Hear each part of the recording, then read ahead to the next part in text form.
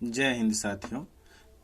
Topic हमारा है लघुत्तम समापर्त तथा महत्तम समापर्त, जिसे एलसीएम तथा एचसीएफ भी कहते हैं। यह बिल्कुल बेसिक पर है। पहले हम बेसिक को जान लें, फिर हम प्रश्नों पे चलेंगे जो परीक्षाओं में, विभिन्न परीक्षाओं में पूछे जाते हैं। चलिए पहले हम लोग शुरू करते हैं लघुत्तम समापर्त। लघुत्तम समापर्त को हम अंग्रेजी में लीस्ट कॉमन मल्टीपल कहते हैं। मल्टीपल कहते हैं। इसमें पहली विधि है गुणनखंड विधि। गुणनखंड विधि, ये गुणनखंड विधि क्या है? जैसे दे 8, 12 तथा 18 का लघुत्तम समापर्त ज्ञात करें। ठीक है, ज्ञात करें। तो सबसे पहले हम क्या करेंगे, 8 का गुणनखंड कर देंगे। 8 को हम लिख सकते हैं 2 गुणे 2 गुणे 2, यानी 2 दूना 4, 4 दूना 8, या इसे हम लिख सकते हैं 2 पे घात 3। फिर 12 को हम गुणनखंड कर दें, यानी 2 गुणे 2 गुणे 3, 2 दूना 4, 4 तियां 12, या इसे लिख सकते हैं 2 पे 2 घात गुणे 3। और 18 को हम कर सकते हैं 2 गुणे 3 गुणे 3, या 2 गुणे 3 पर 2 घात। ठीक। अच्छा, लौसा क्या होता है? अतः लौसा हमारा जो होता है वह अधिकतम घात वाली सभी पदों का गुणनफल। क्या होता है? अधिकतम घात की सभी गुणनफलों का सभी पदों के गुणनफल का हम लोग लौसा कहते हैं। तो 2 की अधिकतम घात हम देखेंगे क्या है, तो 2, इसमें 2 है, इसमें 2 की घात 2 है, और इसमें 2 की घात 3 है, इसलिए अधिकतम घात हम ले लेंगे 2 पर घात 3। फिर 3 की अधिकतम घात क्या है? तो यहाँ 3 की घात 1 है और यहाँ 2 है, तो 3 की अधिकतम घात 2 है, तो उसे हम ले लेंगे। या इसे 2 पर घात 3 का मतलब 8, और 3 पर 2 का घात का मतलब 9, 9 8 72, हमारा एलसीएम हो जाएगा 72। फिर अगली विधि जो है वो क्या है, उसे जानते हैं हम लोग। अगली विधि है एक ही पंक्ति में, एक पंक्ति में लिख कर तथा भाग विधि द्वारा, यानी इसे एक ही पंक्ति में लिख लेते हैं। जैसे उदाहरण ले लें, जैसे 18, 24, 36, 48 का लौसा ज्ञात करें, यानी लघुत्तम समापर्त ज्ञात करें। ठीक, तो हम ले लेते हैं 18, 24, 36, 48, इसको एक ही लाइन में लिख लें, और हम इसे भाग दें किससे? छोटी सी छोटी संख्या से। पहले छोटी सी छोटी संख्या क्या है? 2, 2 से भाग देंगे 18 को, 9 बार में कट जाएगा। फिर 24 को भाग देंगे, ये 12 बार में कट जाएगा, और 36 को भाग देंगे 18 बार में, और 48 को भाग देंगे तो ये 24 बार में कट जाएगा। फिर 2 से कटने लायक है, जो 2 से इसमें कटने लायक रहेगा उसको काटेंगे। 9 2 से नहीं कटेगा तो ये सीधे उतर जाएगा। 12 2 से कटेगा 6 बार में तो 6 लिख देंगे। 18 2 से कटेगा 9 बार में तो 9 लिख दिए, और 24 2 से कटेगा 12 बार में। फिर जो भी संख्याएं इसमें से 2 से कटने वाली रहेंगी फिर उसे काटेंगे। 9 नहीं कटेगा तो 9 को सीधे उतार देंगे। फिर इसको 6 को काटेंगे तो यह 3 बार में कट गया, यहाँ भी 9 को सीधे उतार देंगे। ये 12 को काटेंगे तो 6 बार में कट जाएगा। फिर एक बार 2 ले लेते हैं। 9 को काटेंगे नहीं कटेगा, 3 को भी नहीं काटेंगे, 3 को भी ऐसे नीचे उतार देंगे। यहाँ भी 9 नहीं कटेगा, इसको भी नीचे उतार देंगे।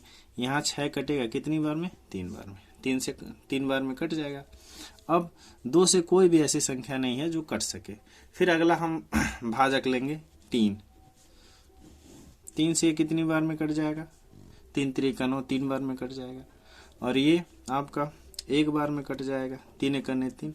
फिर ये कितनी बार में कटेगा? 3। ये वाला कितनी बार में? 1 बार में कट जाएगा, 3 एकने 3। फिर 3 से काटेंगे, जब तक काटते रहेंगे जब तक इसका मान नीचे सभी एक पद ना हो जाए। 3 एकने 3 1 बार में कट गया, यहाँ 1 है ही, 3 एकने 3। फिर 1 बार में कट गया, यहाँ 1 पहले से ही है। अब इसका लौसा कितना हो गया? लघुत्तम समापर्त इसका कितनी बार हुआ? तो 2 4 बार आया, यानी 2 गुणे 2 गुणे 2 गुणे 2 और 3 बार। कितना? 3 है, 2 बार, 3 गुणे 3। 2 दूना 4, 4 दूना 8, 8 दूना 16, 16 गुणे 3 त्रिका 9 और 16 9 144। इसका लौसा हो जाएगा 144। तो ये एक ही पंक्ति में लिखकर तथा भाग विधि से ऐसे हम लोग ज्ञात करते हैं, और एक गुणनखंड विधि से हम लोग ज्ञात करते हैं। अब लौसा में अगला जो टॉपिक आता है वो हमारा कुछ भिन्नों से संबंधित है, जिसमें भिन्नों से संबंधित संख्याओं का लौसा। इसमें होता है लौसा बराबर, जहाँ भिन्न दिए हों भिन्नों का लौसा ज्ञात करने के लिए कहे तो यहाँ आप अंशों का लौसा बटे हर का मौसा ज्ञात करते हैं। जैसे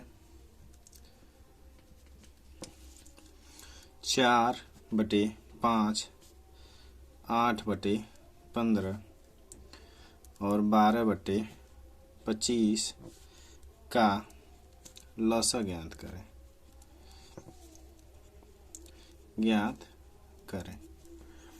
तो सबसे पहले हम क्या करेंगे? लौसा बराबर, यहाँ ऊपर अंशों का यानी 4, 8, 12 का लौसा और नीचे 5, 15, 25 का मौसा ज्ञात करते हैं, यानी महत्तम समापर्त ज्ञात करते हैं। अच्छा, 4,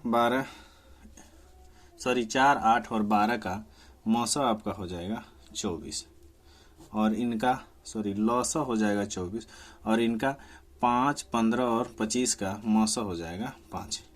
ये हमारा आंसर हो गया। अच्छा, लौसा इसका निकालने के लिए आपको विधि पता है, तो यहाँ साइड में हम लोग पहले लौसा निकाल लेते हैं।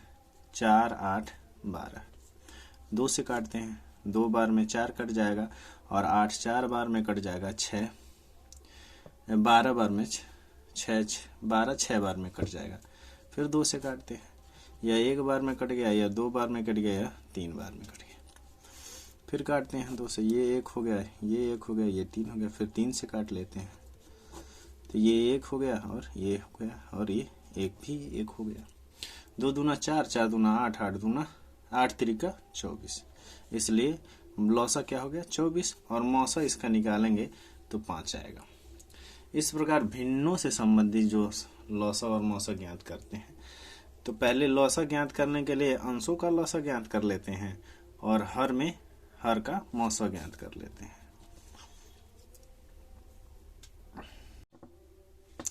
लघुत्तम समापर्त तथा महत्तम समापर्त में यहाँ हम लोग महत्तम समापर्त को जानेंगे। महत्तम समापर्त जिसको हम HCF कहते हैं, जिसका फुल फॉर्म होता है हाईएस्ट कॉमन फैक्टर।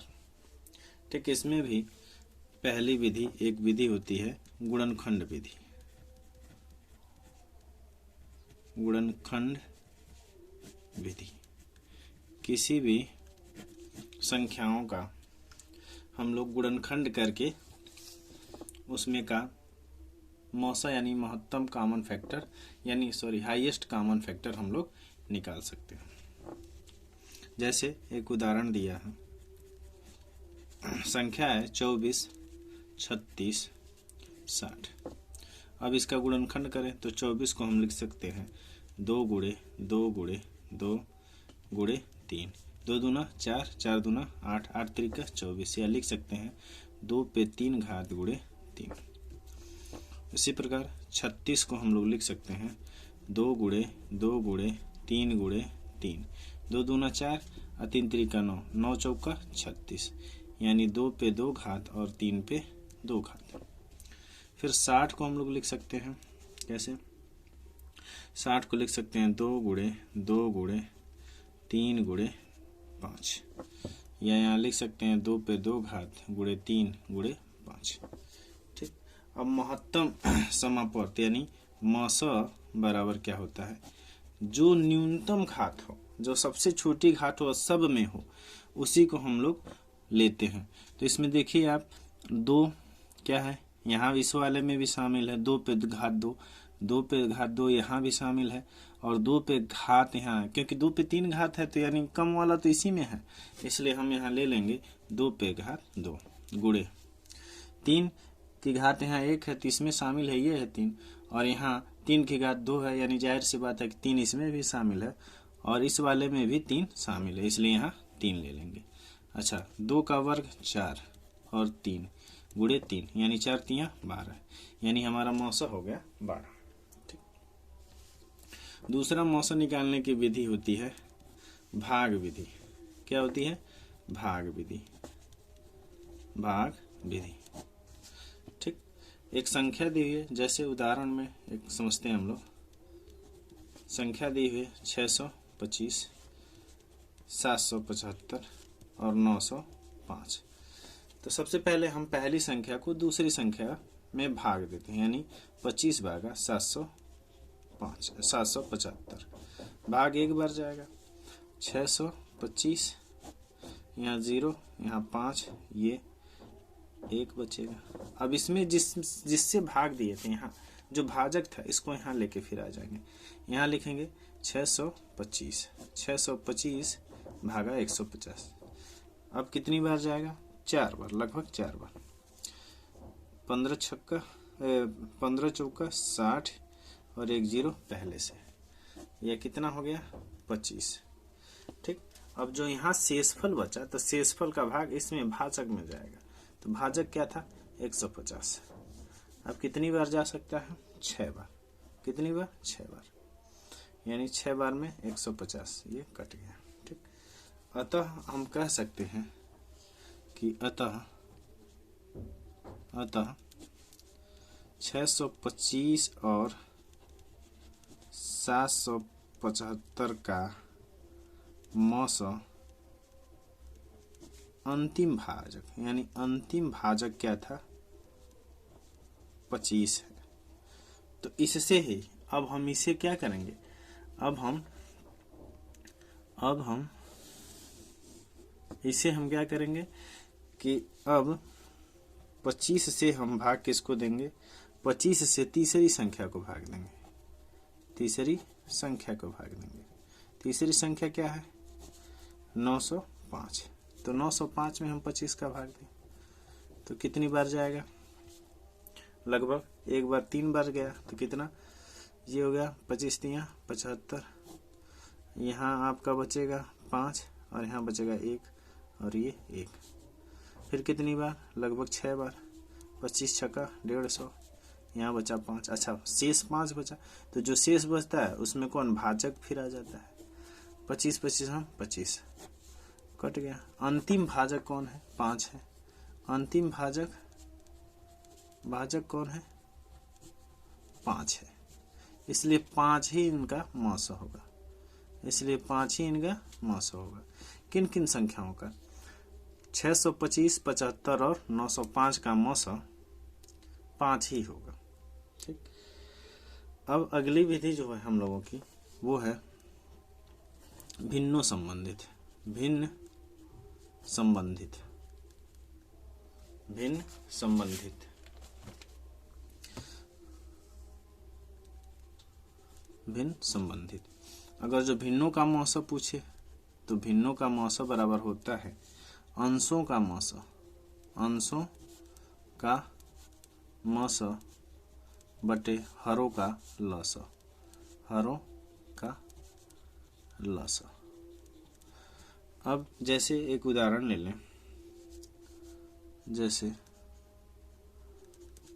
संख्या दी हुई है, भिन्न हमारा है 5/8, 15/16, 25/48 का मौसा ज्ञात करें। का मौसा यानी महत्तम समापर्त ज्ञात करें। ठीक है, तो क्या करेंगे यहाँ, मौसा बराबर क्या हो जाएगा, भिन्नों का मौसा यानी अंशों का मौसा यानी 5, 15, 25 का मौसा यानी महत्तम समापर्त बटे हर कौन है 8, 16, 48 का लसा। ठीक, अच्छा ऊपर आपका दिया है 5, 15 और 25, तो 5 और 15 और 25 का मौसा हो जाएगा 5 और इसका कितना हो जाएगा 8, 16 और 48 का लसा 48, क्योंकि 48 से भाग चला जाएगा, 16 से भी 48 में भाग चला जाएगा, 8 से भी 48 में भाग चला जाएगा। ये हमारा मौसा हो गया। ठीक है, आप अगर जो संशय है तो फिर 8 और 16 और 48 का लसा आप निकाल के देख लीजिए।